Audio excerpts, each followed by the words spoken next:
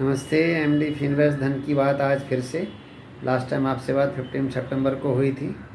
किसी कारणवश मैं आउट ऑफ टाउन था तो बात कर नहीं पाया। मैंने उस दिन बात की थी कि पोर्टफोलियो का रिव्यू करना और पीरियडिकली अपना प्रॉफिट बुक करना, क्योंकि नीचे में वही खरीद मार्केट का एक साइकिल है। मार्केट ऊपर और नीचे करेगा, ऊपर जाना नीचे आना, ये मार्केट का स्वभाव है। इसी तभी पैसे बनेंगे। लेकिन नीचे में ख़रीदना और ऊपर में बेचना जो सिस्टम है वो वही कर पाता है जो पहले ऊपर में बेचेगा।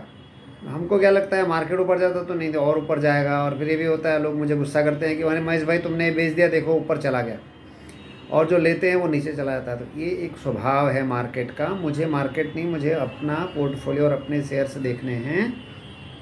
जहाँ पर मुझे अच्छा प्रॉफिट मिल रहा है, मैं प्रॉफिट अगर बुक करता रहूँगा ऐसे मार्केट में। आपने देखा होगा 20,200 से वापस 19,480 के आसपास आज निफ्टी ने लो मारा है। तो अगर आप ऊपर में बेचेंगे तो नीचे में लेंगे।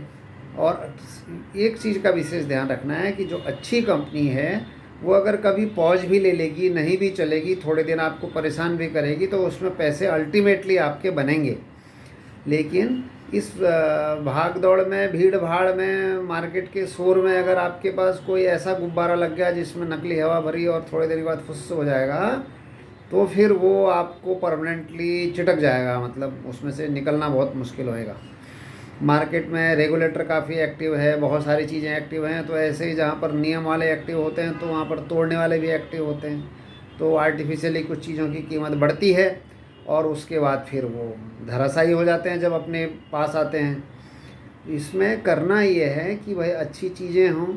मुझे अपना प्रॉफिट आप खुद देखें कि आप 20% के लिए काम कर रहे हैं, 10% के लिए काम कर रहे हैं, कि 50% के लिए काम कर रहे हैं, 1000% के लिए काम कर रहे हैं। अगर आप लॉन्ग टर्म इन्वेस्टर हैं तो आप 5-6 स्टॉक का एक बुके बनाइए और लगातार उसी में पीरियडिकली बायर रहिए। बेचने की सोचिए मत जब तक फंडामेंटल कोई चेंज नहीं हो रहा है। या जैसे आज की तारीख में मार्केट है, पहले वाला ज़माना चला गया। अब आज मार्केट बढ़ता भी बहुत तेज़ी से और गिरता भी बहुत तेज़ी से है। तो उस दौरान जैसे हम एक स्विंग करके सिस्टम चलाते हैं कि बेसिकली आपका जो बेस कैपिटल है वो रेगुलर रूप से बढ़ता रहे और मार्केट के जो उतार चढ़ाव हैं उसमें आपको ज़्यादा परेशानी भी ना हो। तो रेगुलर अच्छी कंपनी लेना और अच्छा रिटर्न देती है तो उसको छोड़ना। तो मार्केट में जब भी उतार चढ़ाव होंगे तो उन उतार चढ़ावों को बिना डेरिवेटिव के, क्योंकि सट्टे में तो क्या होता है, अगर आप पुट लेंगे, कॉल लेंगे, वो फिर शायद वो पुट कॉल में पैसा नुकसान भी हो सकता है। उसकी कोई गारंटी नहीं कि आपका पैसा बनेगा ही बनेगा। जैसे कहते हैं ना, डेरिवेटिव जीरो सम गेम है, कि कोई लूज कर रहा है तो कोई प्रॉफिट, मतलब प्रॉफिट बना रहा है, कोई नुकसान कर रहा है तो कोई प्रॉफिट बना रहा है। लेकिन डिलीवरी में ऐसा नहीं है। डिलीवरी में आपने लिया और आपको अपना पैसा मिला, आपको 7%, 10%, 15% जो भी आप चाहते हैं लिया तो आपको मिला। तो क्या होगा, आपके लाख के 1,15,000, 1,10,000, इस तरह से धीरे धीरे धीरे करके आपका बेस कैपिटल बढ़ता चला जाएगा। तो आप अच्छे अच्छे शेयर को जमा कर पाओगे, अच्छे शेयर में प्ले कर पाओगे।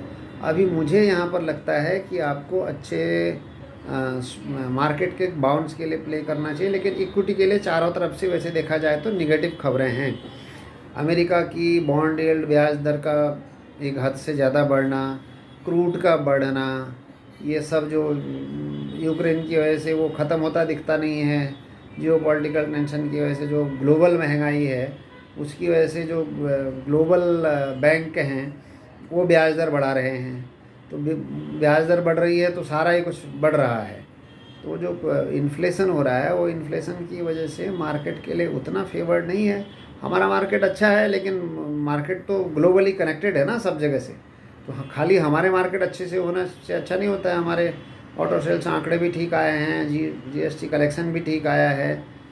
लेकिन ज़ोर से तो तभी हम बढ़ेंगे जब ग्लोबल सपोर्ट होगा, क्रूड ठंडा हो, जो ग्लोबल इन्फ्लेशन है वो थोड़ा कम हो, अमेरिका में जो ब्याज दरों का बढ़ना का सिलसिला है वो थोड़ा रुके, कम हो, थोड़ा रिवर्स हो, तो मार्केट चलेगा, बहुत ज़ोर से चलेगा। लेकिन मैंने पहले भी जैसे आपसे कहा है कि मार्केट चलने में, मार्केट तो चल रहा है, अभी भी चल रहा है, मार्केट नीचे है तो भी कुछ कंपनियां ऊपर हैं, पैसे बन रहे हैं। तो मैं कौन से लाइन में खड़ा हूँ, तो मेरे पास क्या है जो मुझे पैसा बना के दे रहा है कि नहीं दे रहा है। तो उसके लिए ज़रूरी है कि मैं राइट डायरेक्शन में खड़ा रहूं। तो हम मोतीलाल ओसवाल के साथ हैं डायरेक्ट इक्विटी में, और आप पूरा मोतीलाल रिसर्च के लिए जाना जाता है। कई सारे ऑप्शन हैं मार्केट में। आप विशेष तौर से आप स्टॉक बास्केट ले सकते हैं, स्विंग ट्रेड कर सकते हैं। अगर आप हाई रिस्क हाई रिटर्न झेल सकते हैं, आपको पैसे जाने में दर्द नहीं होता, तो डेरिवेटिव को भी यूज कर सकते हैं। बाकी हमारा फिर पैसिव इन्वेस्टर हैं, तो हम सोचते हैं कि हम सलाह भी देते हैं कि भाई SIP कर लें म्यूचुअल फंड्स में।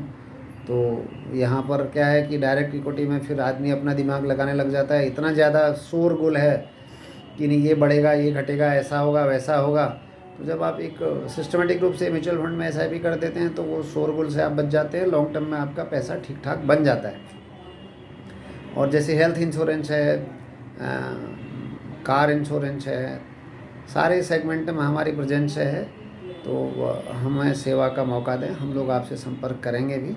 और पोर्टफोलियो रिलेटेड कोई भी, जैसे मैंने कहा कि टाइम है कि भाई चीज़ें अच्छी हों तो देर सवेर बढ़ेंगी, आपको परमानेंट लॉस नहीं लगेगा। उसके लिए कभी भी हमारा रेगुलर टाइम पे सेमिनार्स होते हैं, ऑनलाइन ऑफलाइन दोनों। और साथ में हम लोग जो है पोर्टफोलियो का हेल्थ चेकअप भी करते हैं कि भाई हमारी समझ के अनुसार क्या है, कैसे है। तो इन सब गतिविधियों में आप हमारे साथ भाग ले सकते हैं। नीचे दिए नंबरों पर आप संपर्क कर सकते हैं या मुझे सीधे संपर्क कर सकते हैं। ये हमारा जो MD फिनवेस्ट यूट्यूब है, इसको आप लाइक करें, शेयर करें, सब्सक्राइब करें। तो कोशिश ये है कि सोशल मीडिया के माध्यम से भी हम सभी विषयों पर धीरे धीरे अब सोच रहे हैं कि हफ्ते में एक वीडियो हो। तो आपसे उन माध्यमों से भी अलग अलग टॉपिक पर आपसे संपर्क हो सकेगा।